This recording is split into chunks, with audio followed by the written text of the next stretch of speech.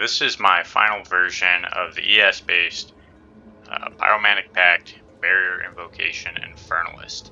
This has gone through a lot of changes over the past couple days, but here we are.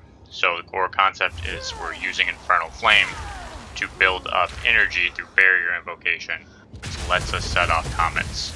The comets then trigger the flame again, which loops the process, doing it again. So this build has some utility built in. We have a curse swap for temporal chains. I have used ideas from two other creators, which I'll credit and talk about when I get to, with a lightning warp setup to apply a little bit of shock ground, a weapon swap with Eye of Winter to apply that critical hit bonus, and then hypothermia with Whispers of Doom on my right click. This build is not tanky. We have a 10,000 ES pool and 800 life, but you're using that energy shield to cast your spells. Most of our defense comes from W, A, S, and D. With high movement speed boots, you can move around pretty quickly. Barriers aren't, invocation isn't slowed down by casting, so you can move quite a bit. We have a ton of energy shield recharge delay modifier, limiting our cast to about 1 per second. This is sped up a little with Grim Feast, but doesn't affect bossing at all. We have some defense with Arctic Armor for melee hits, and we have Blink incorporated as well. It takes about 190 spirit to get all of this together. So it gets complicated to set up the pack, but we'll get to that. Before, I want to say that the damage is average from what I've seen. It looks impressive, but the comets are a lot lower because I can't scale as much elemental damage or critical strike chance on the skill tree. We're not getting any of the Ascendancy benefits that maybe like a sorceress would have. The gearing is cheaper. There is a required rare item and one mandatory unique jewel. For what it can handle, I'm currently doing T15s, T16s, Corrupted. I can do Sanctum. I kind of suck, so I do get hit a lot still, even with all this mobility. I can do Expedition and Ritual. Breach and Delirium are a little harder for me. I don't like doing those, so I'm not set up for it. My currency strategy is honestly just random luck. It's not a power farming currency or power bossing build or anything like that. It's just my side science project. You can see here from my Atlas tree, I'm playing the game mostly blind when it comes to the endgame bossing content. I don't have any of these points in. I haven't looked at specifically the mechanics of these boss fights. I don't know how well this will hold up there. I'm hoping it does. I don't know if I'll get there because I'm spending so much time messing around with these types of things. So we have 4 boss points now. This kills bosses at that level pretty well. I'm hoping it can go higher, but I can't guarantee it. Hello. For my Atlas passive tree, I'm using this one my friend showed me. He took it from fubgun, so I think it's designed for a lot more waystones, a little tougher rare monsters, and things like that. I haven't messed around with any of these other setups, so I've just been running this the whole time. It does struggle in closed layouts more. There are gem swaps that fix this, but you're limited on how much you can move there, and you have to be a lot more careful. You have to use your utility spells a lot better. You need to play. You're never going to be able to just walk into things and cast Comet and just like run around. It helps with Grim Feast, but you can still get overwhelmed. You're using your life pool as a resource. It can get dicey if you're not careful. So with that being said, if you're still interested, there's a lot of in-depth mechanics to go over. And I'm also will not be posting, there will be no mapping in this video. That is in some other ones. This video is going to be a real slog. So you'll need to check that out if you want to see more. So yeah, I will also not be posting a written guide. I don't really know how to do that. I don't want to mess with the website. I can't explain things writing it out very well. So it's too tough for me to make that happen. So now let's talk about the skill gem setup. Our main damage source is Barrier Invocation. This is not a leveling build. You need to be endgame setup. I do recommend having all of these to make it feel nicer. Going on any less will make it much worse. But actually, I need to go over Pyromantic Pact first. I skipped a section. Pyromantic Pact is the core part of this build. We'll go to our Ascendancy tree, and we see how it works. Maximum mana is replaced by maximum infernal flame. You are now building up flame instead of spending mana for skill costs. You take maximum life and energy shield as fire damage when it reaches maximum. So I cast the curse, the flame builds up. You lose all of it on reaching maximum. And then you take 10%, or 10% was lost if none was gained in the past 2 seconds. That doesn't really matter so much for us. We're not actually trying to stay balanced. We're not using these other 2 ascendancy points. We're trying to fill it up. So I'll turn off Barrier Invocation. I cast Curse. This is what I do at the start of every map. I get 3 charges of Barrier Invocation, and then I cast it. It costs so much mana to cast that many comets that the Infernal Flame fills up again and refills the Barrier Invocation. Generally, most of mapping is spent doing that. I can just run around casting comments every second or so while waiting for that recharge. This time gets slower if you're getting hit, letting things run in you, not you getting out of the way of projectiles, standing in burning ground. I do run burning ground maps, but you have to watch where you're walking. Things like that. You need to use your defensive utility a little better in those types of situations. So some things to note with the Pyromantic Pact. There are 2 content creators who've outlined it really well. I have done mine with trial and error and blowing myself up. I've spent 80,000, all of my gold, multiple times. I'm at 80,000 trying to make it work to get to this point. So if you want to look at a really specific setup, you need to check out Deranged Engineering, who has an Excel document on how to get there. And then there's I'm in Phil, who is running a life-based version that's set up differently. So you'll notice with Pyromantic Pact, I'm taking that damage every time the flame goes off. This occurs as a hit. It's mitigated by fire resistance. So the higher your fire resistance, the less you take, the lower, the more you take. I'm sitting at 85% because that's where I'm comfortable. I could get more, and I could have a little less, but I don't want to. Barrier Invocation charges are generated by how much damage you take from a hit. So if you're not taking enough damage, you're not going to fill up enough. If you're taking too much damage, you're getting too dangerous with your life pool. You're excessively generating energy. You don't need that balance. So you'll see sometimes when I was first playing, I was getting a little crazy, and I just keep firing, and then you can just kill yourself with the pact going off. You don't want to be doing that. So that's the rough outline of it. The actual most important part is when you're gearing. Pyromantic Pact can ignite you. So I wasn't noticing this when I was first doing it, and I kept randomly dying. I saw the I'm in Phil video on his, and I was like, hey, I figured out that it can crit you. And he's like, no, actually it can't. It can ignite you though. So I'll take off my ignite immunity just to show how that looks. So it's going to take some time. So not there, not there, there. So that one has ignited me. I've taken a larger hit. I'm being ignited for I think a base of 4 seconds. It's going to kill you so much in this build if you're not ignite immune. You need to solve for that. I do fix it in gearing, which we'll go over later. Don't run it without being ignite immune. You can take a charm, which will help you briefly. It'll go off when you get ignited in maps, but in bosses, you're just going to be igniting yourself.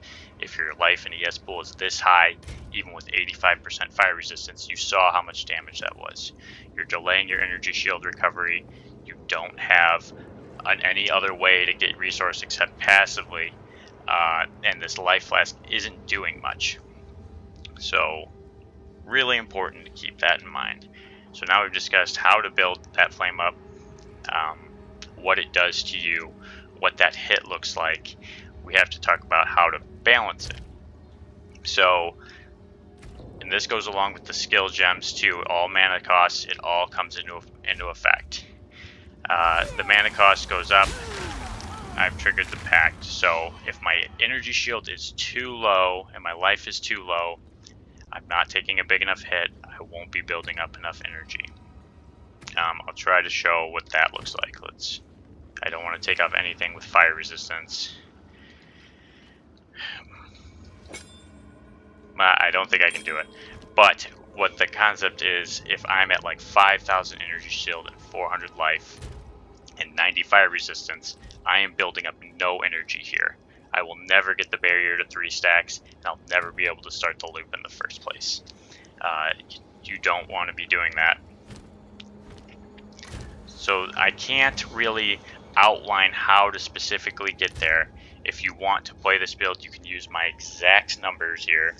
85% fire resistance, 10,600 energy shield. I have a 1,700 max life, 800, half of that's being reserved by the Ascendancy. And then if we look at my barrier invocation, my energy gain modifier is at 144%. So this comes from jewels, this comes from the skill tree a little bit, and it can come from a gem support, which I am not using.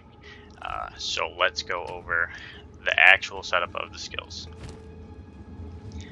So barrier invocation, you want a high quality, high level, as much as dexterity as you can handle, because that dexterity cost is going to go up, and that's it might be hard to gear for.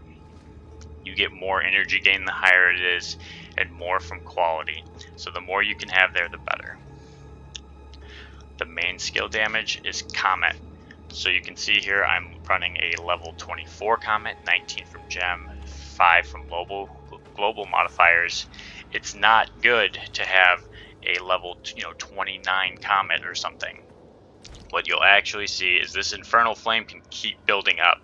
I know it's said in the skill tree that you lose that when you take 100%, which you do, you instantly lose it.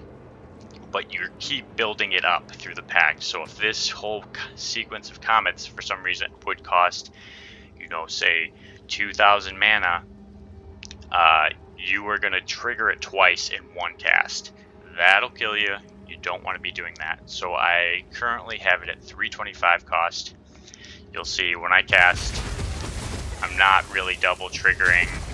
I'm not going too far over with each cast, so I can cast other spells without that worry of just, making it go through 2 more times. It's really gets a little tedious when you're looking at things like this. I'm running Spell Echo. That's 100. That's the double part. So each stack of barrier invocation will fire 2 meteors. Let's see if it. So this is a 150% multiplier on the cost too. This is going way up now. I'm running Capacitor. That's 80% increased maximum energy. This is what gives us the 3 stacks.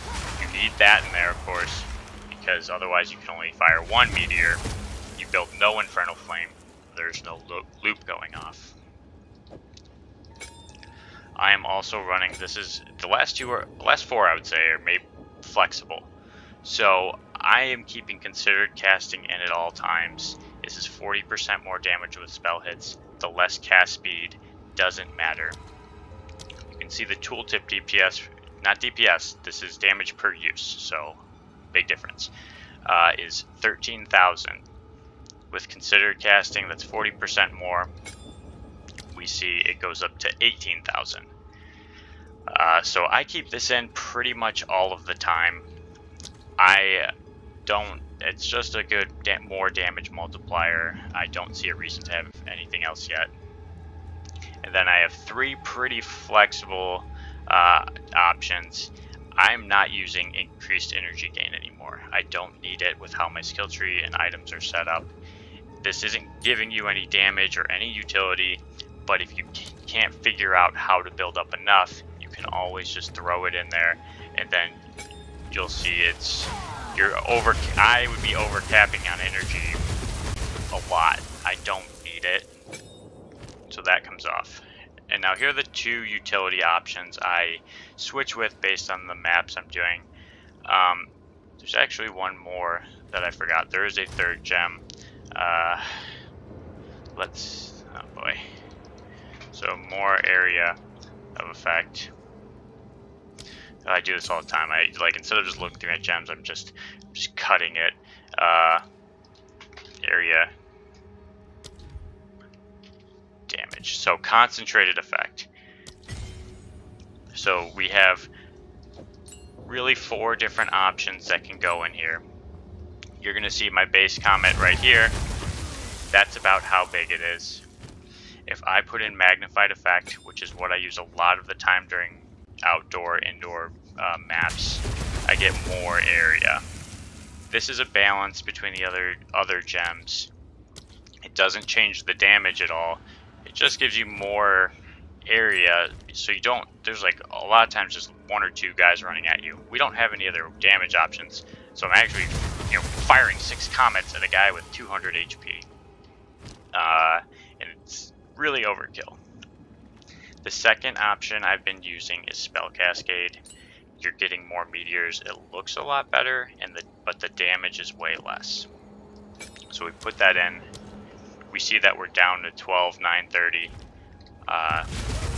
We've got 2 comets. We got 4 comets. They're everywhere. Huge area of effect. It's not as good for killing bosses. It's more of just you want to throw as many as possible and look cool, you use that. And then the final option, which is what I'd probably be using when I get to these endgame bosses, is concentrated effect. 40% more area damage, 50% less area of effect. So we see the comet area is much smaller, but the tooltip damage is a lot higher. We're up to 25,000 now. These damage can get so much higher, I think. Other builds or other things probably, this isn't like that amazing. But with maybe really good gear, you could get a lot more. So that's how that's set up. You can switch any of these gems in, even taking out considered casting, for example, if you want, say more area of effect and spell cascade. I have used that. There is a video. It's just that they're everywhere. So feel free to experiment, play around with that, and how that works. So we are using a weapon swap here. I'm going to go over that and kind of a little bit of the gearing at the same time, just so to show you how it makes sense. Barrier invocation is used with both weapon sets. Don't take this off. You'll notice in my second set, though, if you're casting barrier invocation, you're not building up that much energy, and I have less fire resistance, so it hurts more. I have less energy gain. I'm not casting barrier invocation during that. My second setup is Eye of Winter. I used to use this with a second barrier invocation, but it felt kind of weird. It was hard to set up. So now I have Eye of Winter on a weapon swap. This does have a good mana cost too. So when I'm throwing it out, it's not building up much, but a little bit. This applies critical weakness on to the like a boss, so we're only using it for really hard monsters. It gains 50% of damage as the corresponding type when passing over a ground surface, which does add a little to it for us, which I'll go over. I'm running cold exposure since I'm not running frost bomb. With Comet, when it's freezing it, cold exposure doesn't matter that much for the resistance debuff, but we're not always freezing because we're not always putting out these comets that much as fast as any of these other builds. Less projectile speed, exposure. So we've applied the exposure, but it needs to be a critical strike. I've added another gem socket here. The exposure effect is increased. That's pretty self-explanatory. And then I put in inevitable critical. My crit chance isn't that high. You can see it's like 12%. You know, I'm not critting as much as I probably should be to make this work. So I'm putting this in to help with that chance. Maybe I would add a 6th socket or a last socket later. I don't know what I would put there yet. This is only on weapon set 2. I have temporal chains. This is my utility curse weapon swap. It's part of that. I'm running with Whispers of Doom. I use this a lot for ritual and expedition. You can see it's got a big area. It lasts a long time. Using expanse for more area of effect. Cursed ground, so it just leaves the zone there. And then encumbrance, so it has a 15% increased magnitude.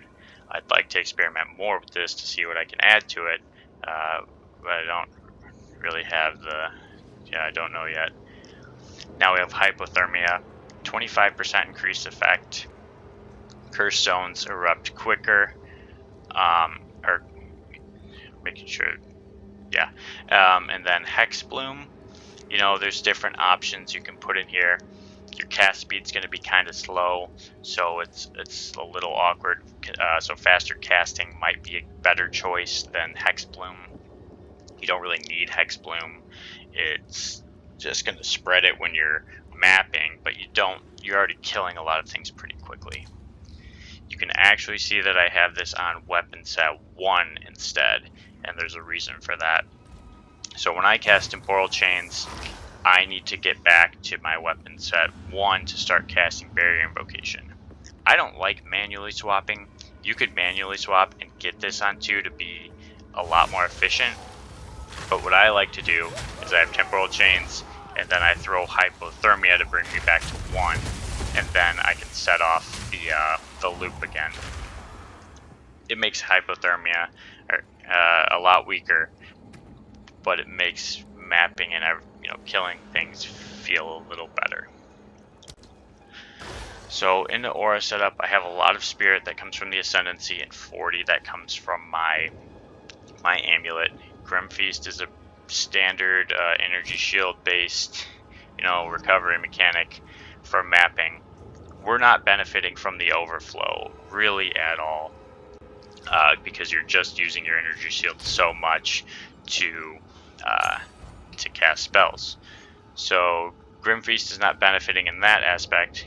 Upping the quality and level does help, so you can cast Barrier Invocation, pick up the souls, and it fills up faster so you can cast again quicker.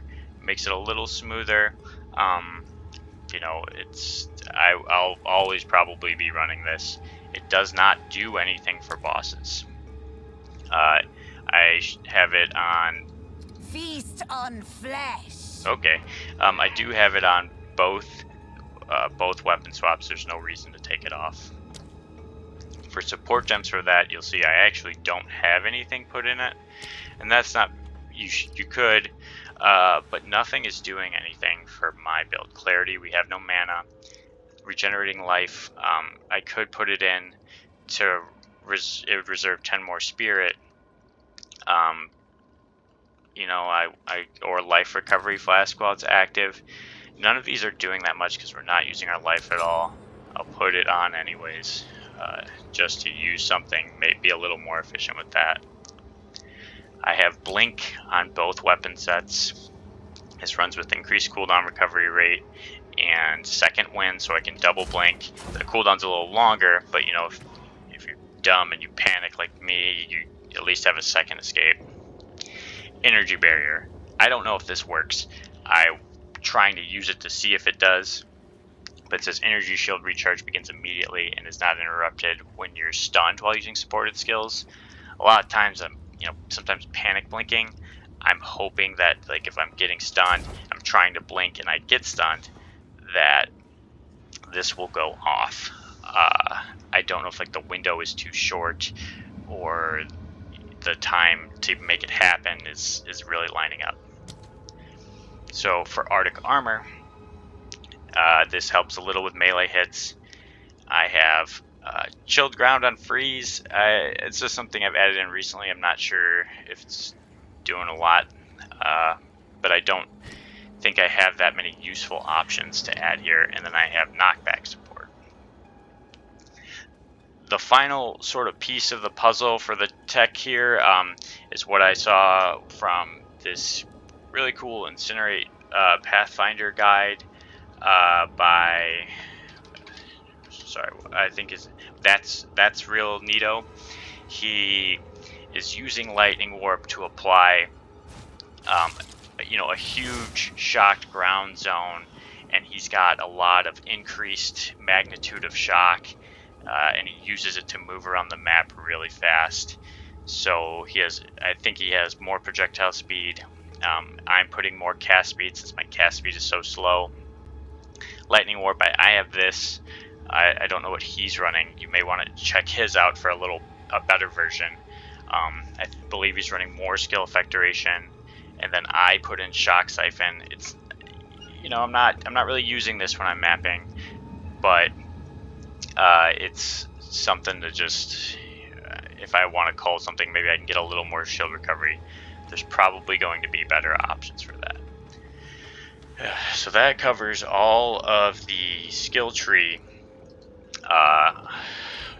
gems. So you've got the curse swap, we've got the hypothermia barrier, Eye of Winter is on 2 to hopefully apply a little more. Maybe I want some more projectiles or something with that, or increased duration might actually be better. And then I've got my temporal chains set up. So when I'm standard mapping, I'm not doing really anything besides slinging barriers, and that's really it. It's simple. If I come up on a ritual, I'm throwing out this chains because I need more space to move, and then I'm swapping back this curse to continue it. Now, even on most map bosses, I haven't had to do any of this extra stuff because I feel like I have enough damage. But say I'm expecting things to get harder for me, and I'm not going to be able to just blow things up right away, and I want to play a little more actively. I'm going to start, ball lightning in. You jump on it with the cursed ground. You throw Eye of Winter through it with hypothermia and temporal chains. Hypothermia last to get back to the barrier and start the whole cycle over again. So that's what I'm doing. I'm finally using all these skill points, which before I think I had 5 of them unassigned or something. I'm just throwing random things everywhere. This looks a lot better. So now we need to talk about the equipment setup. There are 2 very important pieces of gear that you need that we'll start with first. On your body armor, you need reduced ignite duration. There might be another way to solve this. I just saw this jewel, and I knew it would work. So I get 60% reduced ignite duration from here. You're looking for really high ES and whatever resistances, maybe a little life. 749 is a lot. I put in 2 armor, evasion, and energy shield, I don't know what those are called, runes here. If we go to my skill tree, the second half of this important gearing is against the darkness. Small passive skills and radius grant 5% reduced ignite duration on you, and notable passives grant 1% max fire resistance. I need both of those specific ones. It is hard to search for this jewel. I had a live search up for 3 hours one day when I was trying to find it. The rolls can range from 4 to 6. If you take a 4, you need to get more points. If you take a 6, I think you save 1. There was 2 on the market. There could have been more. I did buy it for 1 divine. I don't know what the prices are now. Maybe it's cheaper. Maybe it's gone up. The exalted to divine thing was kind of going crazy when I was looking at these earlier last week, 4 days ago or something. So you need both of those. Those 2 parts are mandatory. Everything else is flexible. You're looking for high energy shield bases on your gloves, helmet and boots. You can see my gloves. I have max life, energy shield, pretty decent rolls. The life per killed isn't doing anything. Fire damage to attacks isn't doing anything. For belt, I have flash recovery instantly. I'm not really using flasks. I don't even have a mana flask equipped. I'm barely clicking with my life flask. I'm not getting a ton of value. I have maximum mana. Thorns damage doesn't do anything. Life and resistances. So mana you might not think is something you need, but it actually is. If your Infernal Flame pool is too low, you're going to run into that double triggering issue when you start casting a lot of spells. If it's too high, your Comet's not filling up enough and you're not looping through. My boots these are probably my, I want to say my second or my highest costed item. I bought these like really pretty recently.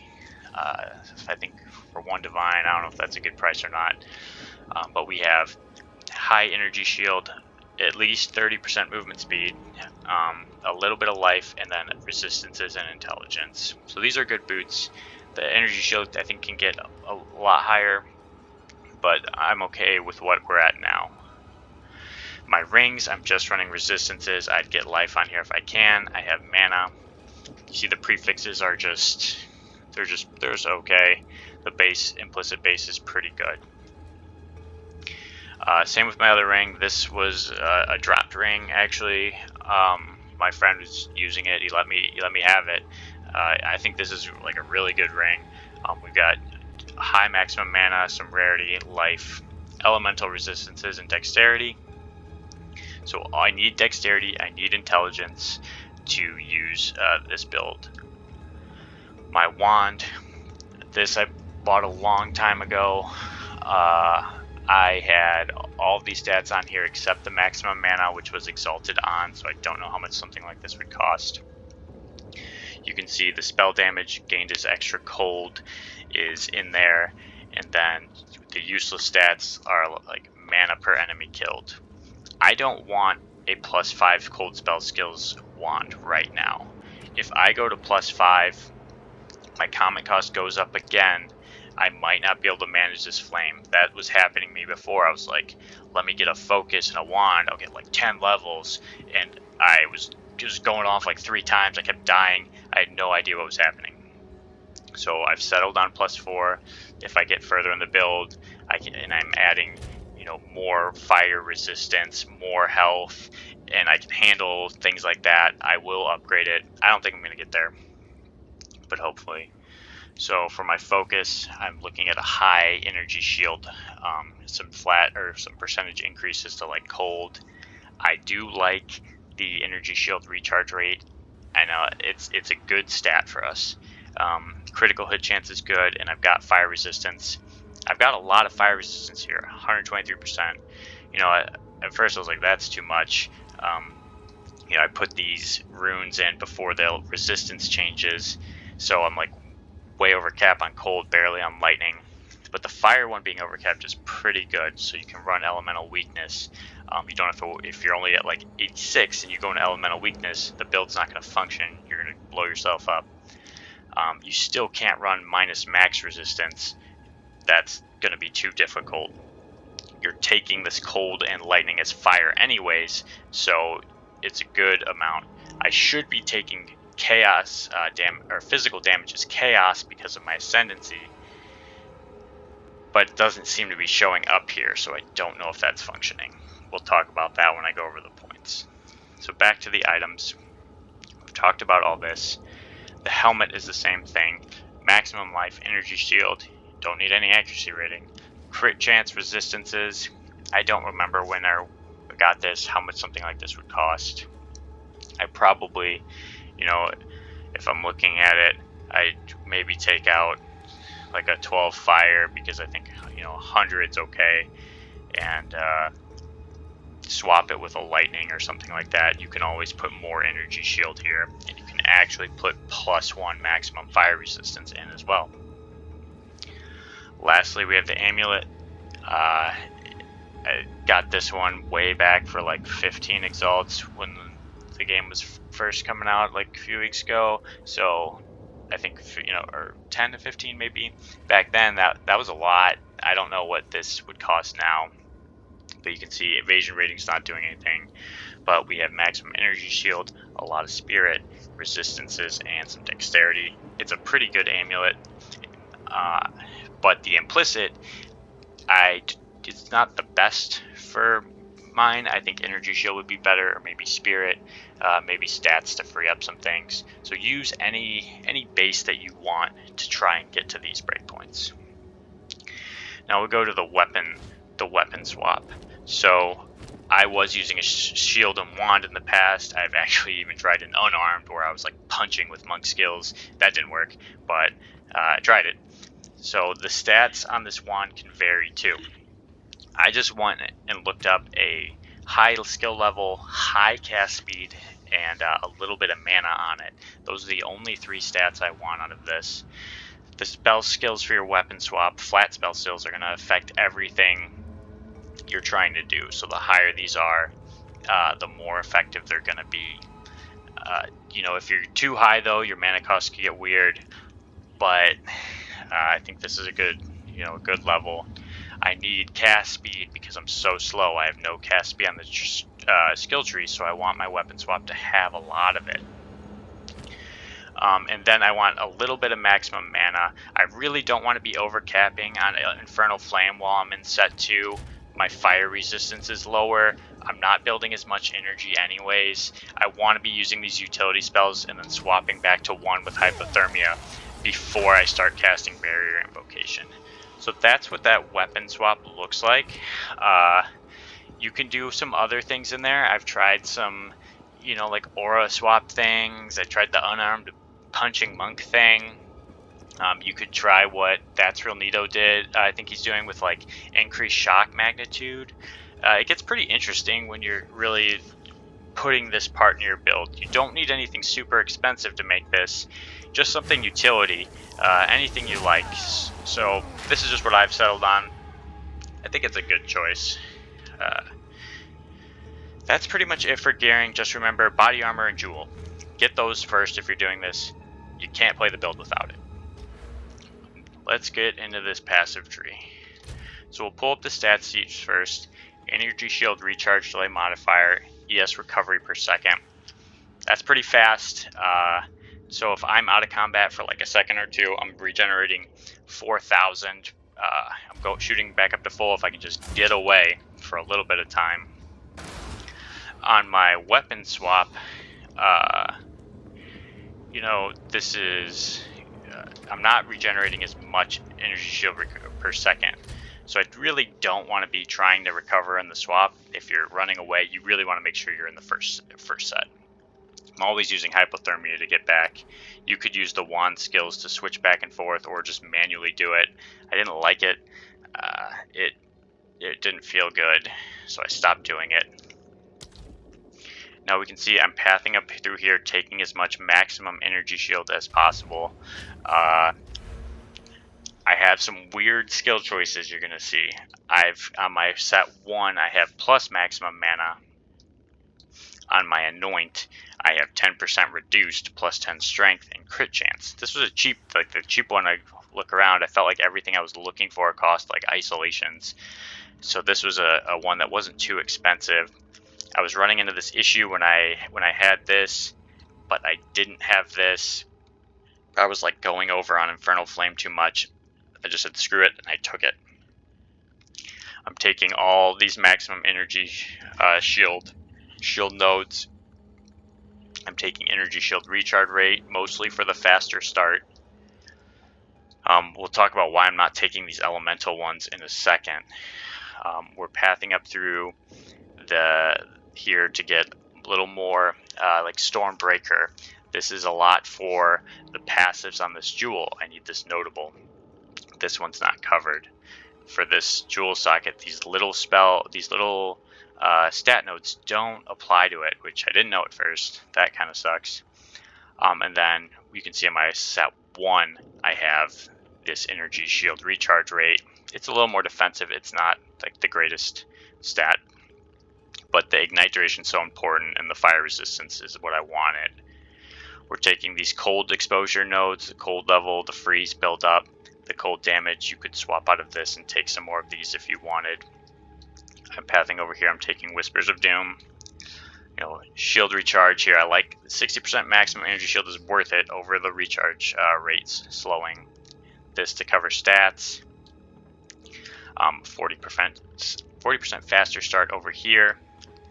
And now you'll see this is meta skills. So I'm taking the damage increases, but I'm not taking all of these energy increases. I would really show you guys how I set up these skill swaps, but it's like I spent all my gold trying to figure it out before. I can't even afford to do it right now.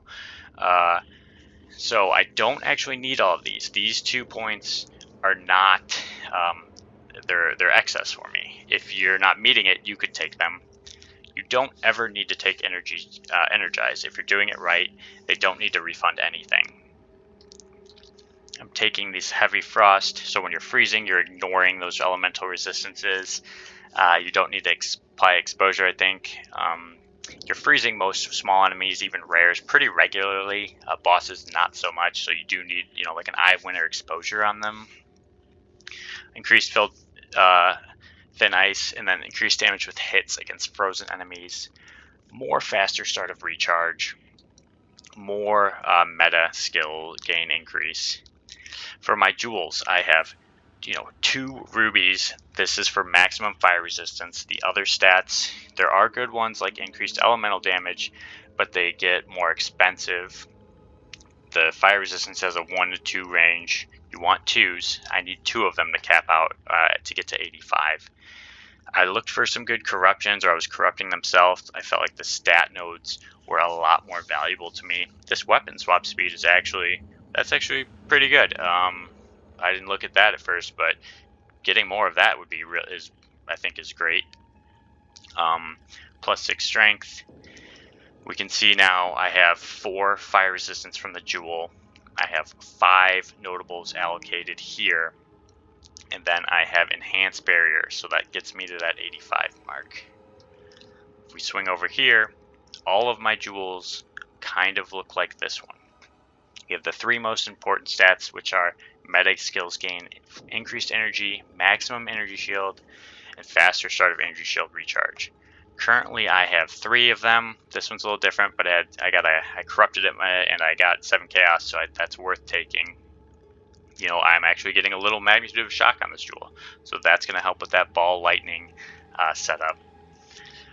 And the same thing over here. The 4th stat, these get really expensive when you start adding in these 4 modifiers. Usually I'm looking for 1 or 2 and hoping I get lucky with like an exalt. So if you're into gambling, buy one with 1 or 2 and then try to get it yourself. I don't know anything about weightings or what the chances are, but I think the sapphires all have pretty common rolls. You're probably better off trying to get lucky than buying something like this. I'm not corrupting this yet. I usually corrupt literally everything I touch, but I really don't want to start removing mods and I not have a way to replace it. We're taking energy shield increase here. You can see I have some weird skill tree setups. I'll show you in a second. I actually took 1 point as stun threshold. I felt like I was getting stunned a little bit too much randomly. This seems to stop it. I don't seem to get stunned at all. So I've messed around with adding 1 or 2 more in here.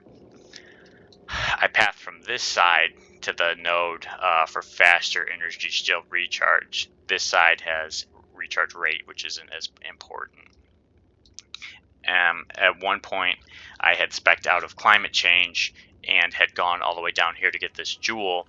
I ended up not thinking that was worth it, and I came back up and took here instead. I think this is a lot of damage. I can't tell as much, but it just felt that way. There might be a little better options like swapping into storm charged instead, or trying to get all natural. Maybe taking this damage penetration. Those may end up being better options. I haven't messed around with it too much, so we'll go from there. I can't take we're seeing our damage isn't really coming from these elemental increases and these crit chances were really gated by how much we can cast barrier. So if you're not meeting those energy shield requirements, you're not casting as much. It doesn't matter if got my tooltip all the way up to 70,000 if I can't cast Comet at all. So that's why I've made those choices. Now you can kind of see how the weapon swaps highlighted. This is what I really wanted to do manually. So the way weapon swaps work, I didn't even understand this first. I was like, why are all my points random? Why can't I assign things at certain times? What's going on? But I'll explain it now. So you have 24 set points you can apply. What I did was I took out 24 points and left it on, you're seeing that plus 24 down here. Anything that's not specifically assigned goes to your generic skill tree.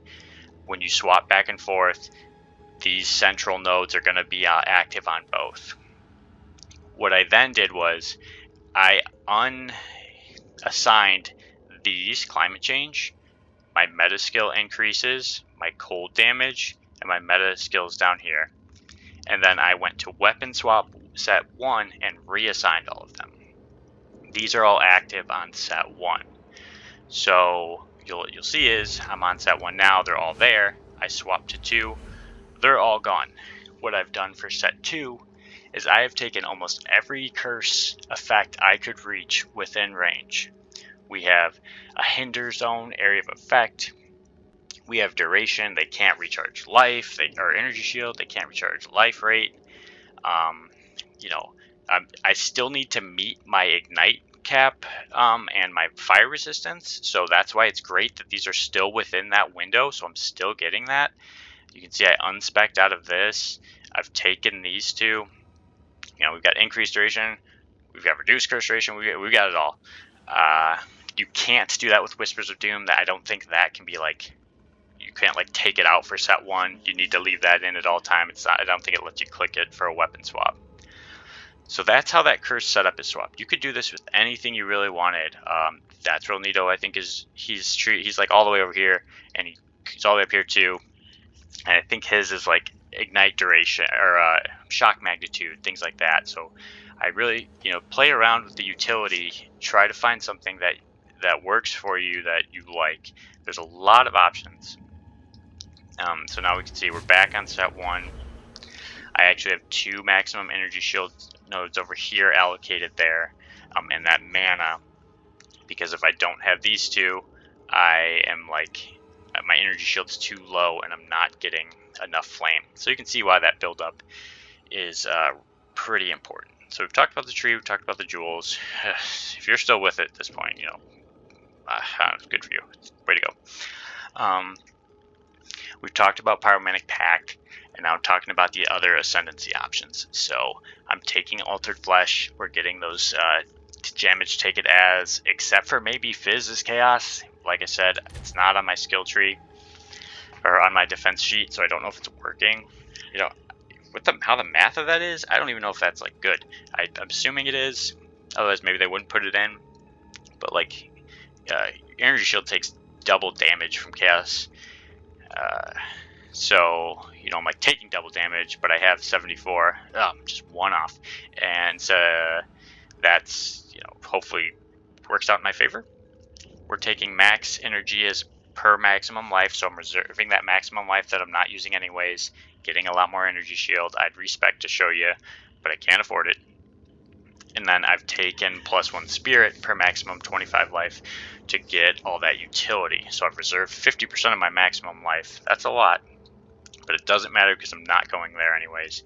If you're getting into that sort of situation, you have an instant life flask to maybe bail you out, but you're probably dead. I don't need this 6 mana per maximum life. You can take Grinning Immolation. You're ignite immune now, so when you critically strike, you're no longer this doesn't even affect you. This is a more multiplier. Comet has such a huge crit rate that something like this would be really good, but I like the utility more over this just raw damage. Demon Dog, I was using him before when I was in my terrible phase of going through maps and tier 1 and not even building up energy shield, and like letting things hit me to do it. It was a mess. But this guy I used at one point for utility. The 20 damage he takes from hits can actually affect the Pact as long as he's alive. So if you're using something like Last Gasp and he's in his last stand, he's not going to take it. But otherwise, he just filled that utility purpose. You know, he's taking some hits for you. He's not really doing enough damage. You can like put coal or something on him too. I think that works. But I don't use him. Demon form doesn't work at all. You unequip your weapons. It makes you're draining life. Your comets all the way up to like plus 30. It's gonna be too messy. So you know, when I was first leveling, I was playing some kind of like spark flame wall thing using demon form. Everything sucked. So you can't use that. These two nodes are interesting. I haven't played around with them as much. You know, while high on Infernal Flame, you're gaining 20% of fire damage. That's a lot. High is 65% or more. While you're not low, so above 35%, you're igniting in magnitude. What I don't really know is, you know, where am I at with my Infernal Flame? Like I said, I can't spec to show you because I two gold broke. Triggering the comet, the Infernal Flame's like shooting up and then emptying. I don't know at what point the comets hit, and you know where it's calculated. I don't have a good way of figuring that out. I don't think it's worth taking over the utility or even the more damage multiplier anyways. But if you get a chance and you're still watching this, you can try that out. Brief talk about future endgame. I'd try taking more crit. I really want more flat elemental increases. If I had that mirror I talked about, I'd take max fire resistance per uncapped 40 fire resistance on my amulet. I'd be swapping out all these rubies. I'd be just trying to fit as much raw damage in as I could while still maintaining all the utility things I focused. Be jacking up the energy shield on every single item. You know, maybe you're using the ingenuity belt to bump up your rings. Your flask is useless. There's like a 40 divine life flask. You can put that in here. Things like that. I don't think I'll get there. My currency strategy is just kind of hope things drop up to 3. So, you know, that's not going to happen at any point. For charms, I'm using a frozen charm. You can use whatever you want. That is it. We are through it. I'm not showing any mapping because we're at 52 minutes of talking. I'm calling this build Sorza's Nightmare because I've been like waking up at 2 in the morning with ideas, and I'm like, I need to do this. I didn't even want to make more than one video. I just wanted to show how Pyromantic Pact worked for my build. And here I am. We're at weapon swaps. We're curse swapping. I'm blowing myself up. Things are getting crazy. I'm looking at. I didn't even want to look. I've never looked at other content videos because I knew this would happen. And then I looked at 2, a really cool Pathfinder video, and I've been looking at the other barrier invocation guys, trying to fit everything in. It's been a mess. This is literally my final video ever. I don't want to ever do this again. If you sat through 53 minutes of this, you know, great. Good for you. Honestly, I should probably take a break. Okay. Good luck. I hope if you saw this, it was fun and you learned something and you saw a build that, you know, even if you're like, I'm not going to play that, that's trash, maybe you thought it was cool. Alright, goodbye.